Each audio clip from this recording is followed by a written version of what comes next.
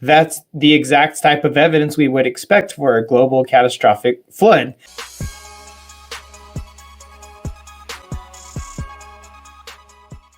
So really it comes down to these creation and pre-flood rocks, and then the beginning of the flood on the Tepid Sandstone where the great unconformity is at. Yeah. But that also seems that secular geologists they're saying there's missing gears in the great unconformity. Is that right? Yeah, absolutely. I'm glad you mentioned the Great Unconformity because it's one of my favorite features in the Grand Canyon. On our river trips that we take down through there, we actually get to see and encounter the Great Unconformity. It's seen on no matter whatever river trip you come with us on, we're going to see, and actually most of the trips, be able to get hands-on with the Great Unconformity, which is a very powerful thing if you look at it and realize what it is we're talking about. Yeah. Now, that Great Unconformity is where that Tepid Sandstone comes straight across there. Underneath there, where it contacts, either the basement, the crystalline basement rock, we have this Great Unconformity or the greatest nonconformity there. We look at here, we see that and the contact point between the sediments underneath there, or the contact point between that and the crystalline basement rocks. We see this massive erosional plain going straight across there. You can see it in the image I've got here. In the top left picture, you can see these rocks kind of going almost straight up and down, and then halfway it goes straight across. Now, that halfway straight across, that is the Tepid Sandstone, okay? In the bottom right, you can also see the contact point going straight across there.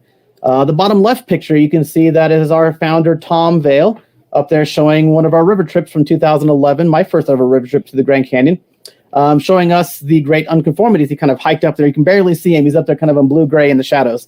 Tom Vail is up there showing us the Great Unconformity. Now, if you realize what the Great Unconformity is, as we talked about, the fossil record explodes into existence where that Tepid Sandstone erosional boundary begins. And it happens to be the exact same place where we find a worldwide explosion within the fossil record. Remember? The Cambrian explosion. That Cambrian explosion of death, as we call it, is the exact same place, the exact same moment in time, if you will, where we happen to find worldwide water erosion on a grand, huge scale, okay? This Tepid Sandstone, you can see it shears off these tilted angled layers. These tilted angled layers should continue rising on up, but something has happened to shear them off, to cut them off flat, basically to plane them off, and then stack up 4,000 feet of sandstone, limestone, and shale that we see here at the Grand Canyon. That worldwide big water event, of course, I believe is a flood. So we believe that the Tepid Sandstone is one of the first layers that we see deposited at the Grand Canyon. We can see it from the rim. We can see on most river trips. There's one other little layer sometimes we see here called the 60-mile formation, which we also believe is part of that, but you don't really see that very often. But this Tepid Sandstone that you see there on the map really represents the first significant layer that we see deposited during Noah's flood and evidenced here at the Grand Canyon. And again, the rocks cry out. We go and examine what this Tepid Sandstone tells us, and it shows us, my friend, direct physical evidence of fast-moving water erosion, okay? When you examine the Tepid Sandstone, in fact, you can see in this picture, the couple pictures here, there's actually a lot of little white rocks kind of embedded right at that contact point. Now, most of that is what we call Shinemu quartzite. Shinemu quartzite is a very strong, solid rock, almost like a quartz rock. It's very strong and solid. These are rocks that have been plucked up from the crystalline basement rock underneath, and they've been added to the slurry, and they've been churned and pulverized, and we find numerous rounded rocks and stones embedded within the Tepid Sandstone, especially right there at the contact point, at the lowest point. What we see here evidence of is a massive amount of water moving and plucking up stuff and eroding it, and just like fast-moving water does, like rivers and streams, it tumbles these rocks, knocking off the sharp edges, rounding them smooth. We find this deposited straight across there. And not only do we find little small rocks, we find boulders sometimes that have been eroded and rounded and left behind within this Tepid Sandstone. We're talking about a massive amount of water, okay, moving very, very quickly, fast-moving water like rivers and streams, but on a much bigger scale than a river or stream. We're talking about continent-wide sediment. Now, the secular geological model oftentimes would look at this and they would say, boy, the crystalline basement rock you see there has been eroded straight across there. That Tepid Sandstone sits on top of there. We see no fossils and fossil explosion within life. And they begin to estimate that we are missing a tremendous amount of time. And that's what you mentioned there, Caleb. They estimate that between that crystalline basement rock and the sedimentary rocks directly on top of it, that we are missing up to 1.2 billion years of Earth's geological past. Now, I didn't say million, I said billion, right? Wow. 1.2 billion years have simply gone missing, they would say, because that amount of time that would take for these slow, gradual processes to happen, they would say. So looking at this, we see that there's an erosional boundary. There's also an explosion within the fossil record, but no evolutionary precursors of life. They look at this and they say there must have been a tremendous amount of missing time. But you know what else they say in the secular literature? They say we don't know exactly what happened during that 1.2 billion years of Earth missing time for this great unconformity, but there must have been a tremendous water event. That is in black and white. They say that because the physical evidence is undeniable. When you look at these rocks, the rounded rocks, the physical evidence is that there was at some point a big water event. Okay? So then the next question really needs to come in. Well, how big was that big water event? You know, you look at things like the Tepid Sandstone that we're talking about, and when you examine that Tepid Sandstone, the question needs to come in, well, how big was that big water event? You might even call a flood, my friend. Yeah. Well, when you examine that Tepid Sandstone, you see that not only is the Tepid Sandstone found covering at the bottom of the Grand Canyon, but as you see in this map here, the Tepid Sandstone stretches across North America. That's what you see in the yellow. It goes further up into Canada and pushes out further there. The Tepid Sandstone, though, covers, you can see all the way across the United States. So wait a minute. Wow, that's amazing. If we had a continent-wide, fast-moving water deposited sediment layer called the Tepid Sandstone, that means we must have had a continent-wide, fast-moving water event to do it. Yeah. And I don't know how much more I really need to say about that being a flood event, you know, because that's basically the definition of a flood, my friend.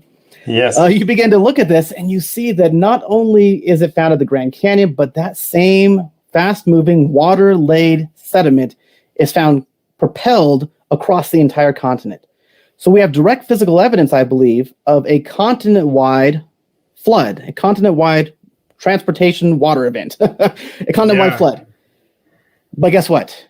It gets even bigger than that. Wow. Because not only do we find the Tepid Sandstone covering all of North America, basically all across the United States here, we find that that very same layer of rock, that very same Tepid Sandstone goes all the way across North Africa.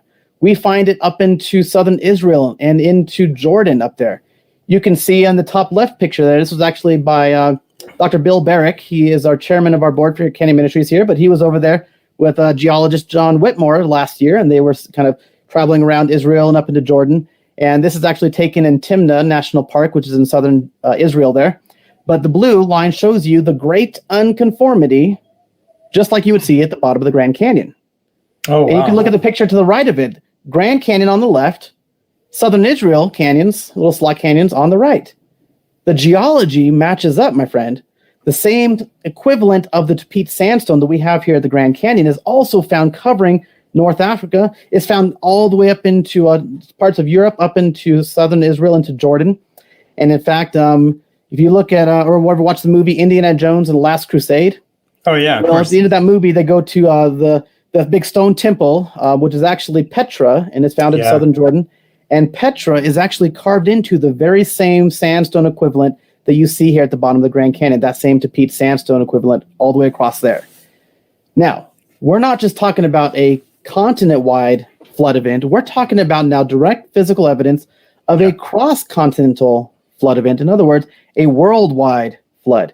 That sediment, that peanut butter, if you will, that's being carried across the bread, goes all the way across two pieces of bread, if you will, all the way across to the other side of the continent before it thins out and tapers out and disappears. Yeah. So this is only one layer of the Grand Canyon we're talking about. We see many other layers and tremendous evidence of massive distribution of this massive movement by water across multiple continents. Again, we're looking at a flood event. That great unconformity, we believe, is not the result of slow, gradual processes of slow erosion or changes over 1.2 billion years. We believe it is the fast-moving water event, fast-moving, pulverizing, eroding, scouring not only of water, but dirt and debris and sediment that acts like liquid sandpaper, almost like a giant boulder with bulldozer with massive boulders rolling and tumbling across the continents. A huge scouring event that scours down the plains rapidly and then stacks up layers very, very quickly without time for erosion in between, like we see at the Grand Canyon, for example, here between the Coconino Sandstone and the Hermit Shale beneath it. A thin knife-edge boundary as if layers were stacked up very, very quickly without time. We're not talking about 1.2 billion or a few million for this picture here. We're not talking about millions of years of slow, gradual processes. Otherwise, you would expect to find millions of years of surface erosion on the top of that red layer. We don't see a high amount of erosion of valleys and channels and gullies and eroded surface. We see thin, flat, knife-edge boundaries without time for erosion in between, stacking up layers almost like pancakes across the Grand Canyon. And that's the physical evidence we see. Rapid processes, I believe, my friend. Yeah, that's so awesome. No, that's great. That's great. Just seeing the widespread, rapidly deposited layers. That's the exact type of evidence we would expect for a global catastrophic flood.